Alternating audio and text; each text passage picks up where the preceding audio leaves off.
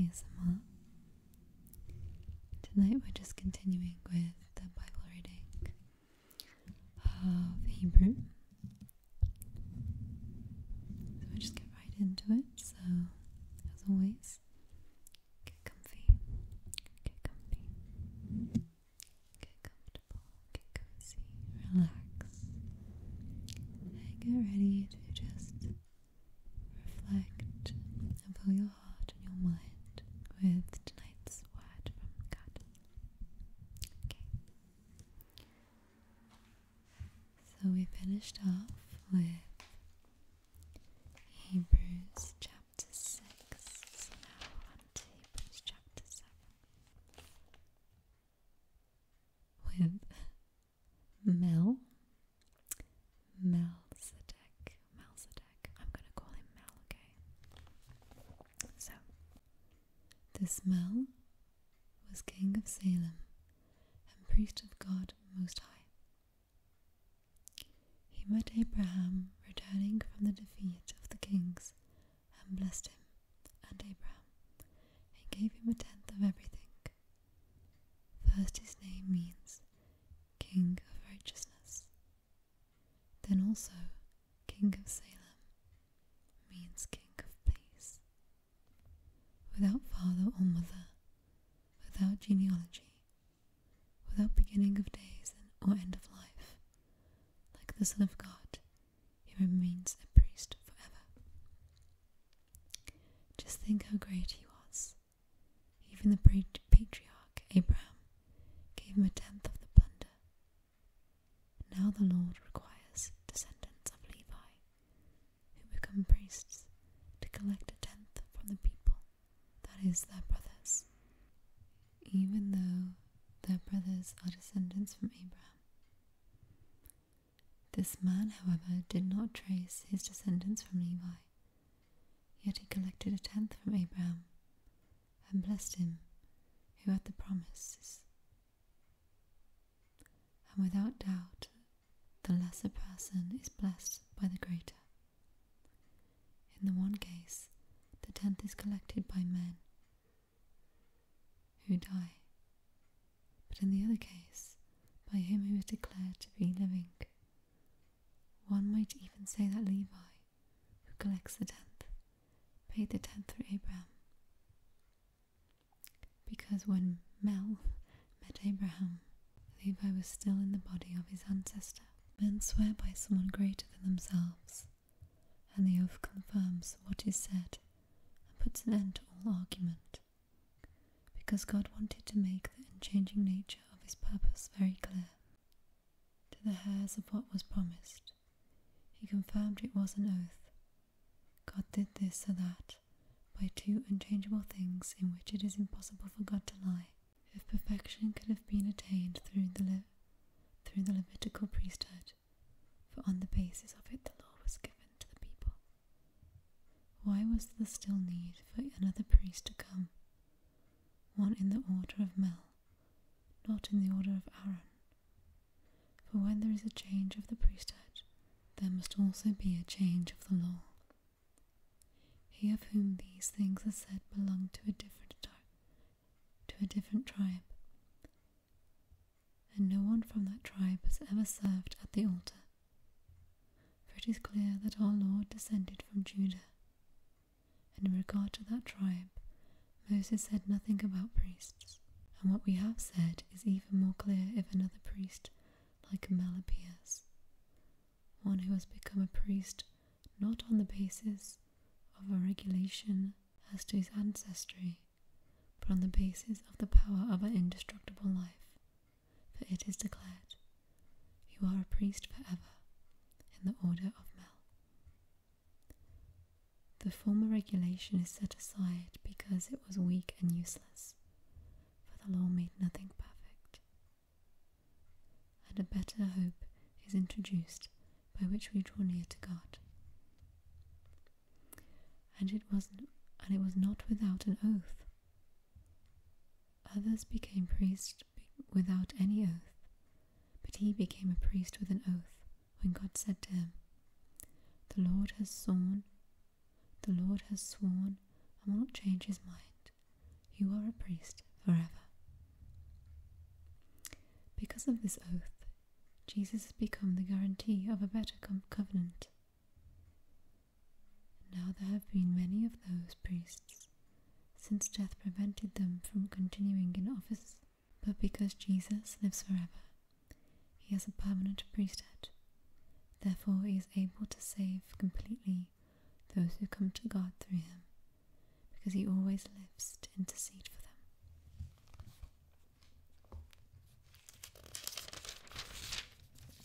Such a high priest meets our need, one who is holy, blameless, pure, set apart from sinners, exalted above the heavens. Unlike the other priests, he does not need to offer sacrifices day after day, first for his own sins, and then for the sins of the other people. He sacrificed for their sins once for all when he offered himself. For the law appoints as high priests men who are weak, but the oath, which came after the law, appointed the Son, who has been made perfect forever. Chapter 8. The point of what we are trying to say is this. We do have a high priest, who sat down at the right hand of the throne of the Majesty in heaven, and who serves in the sanctuary, the true tabernacle set up by the Lord, not by man. Every high priest is appointed to offer both gifts and sacrifices, and so it was necessary for this one also to have something to offer. If he were on earth, he would not be a priest, for there are already men who offer the gifts prescribed by the law. They serve at a sanctuary that is a copy and shadow of what is in heaven. This is why Moses was warned when he was about to build the tabernacle. See to it that you make everything according to the pattern shown you on the mountains. But the ministry Jesus has received is as superior to theirs as the covenant of which he is mediator is superior to the old one, and it is founded on better promises. For if there had been nothing wrong with that first covenant, no place have been sought for another. But God found fault with the people and said, "The time is coming, declares the Lord, when I will make a new covenant with the house of Israel and with the house of Judah. It will not be like the covenant I made with their forefathers when I took them by the hand to lead them out of Egypt, because they did not remain faithful to my covenant, and I turned away from them, declares the Lord. This is the covenant I will make with the house of Israel. After that time, declares the Lord, I will put my laws in their minds and write them on their hearts. I will be their God, and they will be my people. No longer will a man teach his neighbor, or a man his brother, saying, Know the Lord, because they will all know me, from the least of them to the greatest, for I will forgive their wickedness, and will remember their sins no more. By calling this covenant new, he has made the first one obsolete, and what is obsolete and aging will soon disappear. Chapter 9. Now the first covenant had regulations for worship, and also an earthly sanctuary. A tabernacle was set up. In its first room were the lampstand, the table, and the consecrated bread. This was called the holy place. Behind the second curtain was a room called the most holy place, which had the golden altar of incense and the gold-covered ark of the covenant. This ark contained the gold jar of manna, Aaron's staff that had but it, and the stone tablets of the covenant. Above the ark were the cherubim of glory, overshadowing the atonement cover, but we cannot discuss these things in detail now. When everything had been arranged like this, the priests entered regularly into the outer room to carry on their ministry, but only the high priest entered the inner room, and that only once a year, and never without blood, which he offered for himself and for the sins people had committed in ignorance. The Holy Spirit was showing by this that the way into the most holy place had not yet been disclosed, as long as the first tabernacle was still standing. This is an allusion for the present time, indicating that the gifts and sacrifices being offered were not able to clear the conscience of the worshipper. They are only a matter of food and drink and various ceremonial washings, external regulations applying until the time of the new order. Verse 11. When Christ came as high priest of the good things that are already here, he went through the greater and more perfect tabernacle that is not man-made. This is to say, not a part of this creation.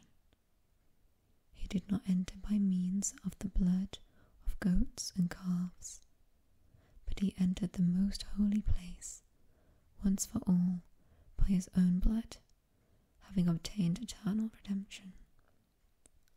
The blood of goats and bulls and the ashes of heifer sprinkled on those who are ceremonially unclean sanctify them, so that they are outwardly clean. How much more, then, will the blood of Christ, who through the eternal Spirit offered himself unblemished to God, cleanse our consciences from acts that lead to death, so that we may serve the living God. For this reason, Christ is the mediator of a new covenant, that those who are called may receive the promised eternal inheritance, now that he has died as a ransom to set them free from the sins committed under the first covenant. In the case of a will, it is necessary to prove the death of the one who made it, because a will is in force only when somebody has died. It never takes effect while the one who made it is living. This is why even the first covenant was not put into effect without blood. For this reason, Christ is the mediator of a new covenant, that those who are called may receive the promised eternal inheritance, now that he has died as a ransom to set them free from the sins committed under the first covenant. In the case of a will, it is necessary to prove the death of the one who made it, because a will is in force only when somebody has died. It never takes effect while the one who made it is living. This is why even the first covenant was not put into effect without blood. When Moses had proclaimed every commandment of the law to all the people, he took the blood of calves together with water, scarlet wool, and branches of the hyssop, and sprinkled the scroll and all the people. He said, "This is the blood of the covenant which God has commanded you to keep." In the same way, he sprinkled with the blood both the tabernacle and everything used in its ceremonies. In fact, the law requires that nearly everything be cleansed with blood, and without the shedding of blood, there is no forgiveness. It was necessary, then, for the copies of the heavenly things to be purified with these sacrifices, but the heavenly things themselves with better sacrifices than these. For But Christ did not enter a man-made sanctuary that was only a copy of the true one. He entered heaven itself, now to appear for us in God's presence. Nor did he enter heaven to offer himself again and again, the way the priest enters the most holy place every year with blood that is not his own. Then Christ would have to suffer many times since the creation of the world. But now he appeared once for all at the end of the ages, to do away with sin by the sacrifice of himself. Just as man is destined to die once, and after that to face judgment, so Christ was sacrificed once to take away the sins of many people, and he will appear a second time, not to bear sin, but to bring salvation to those who are waiting for him. To end there tonight, and we'll finish this off in the next video. So again, I just encourage you to replay and listen to this one, maybe this one, and the first one in between the videos, just to really listen and absorb what the word's saying, what God is saying to you, and what He's revealing to us through these chapters, and how it's speaking to you. Maybe you're learning something new. But either way, I hope that you are relaxed and sleepy and ready for a night's sleep.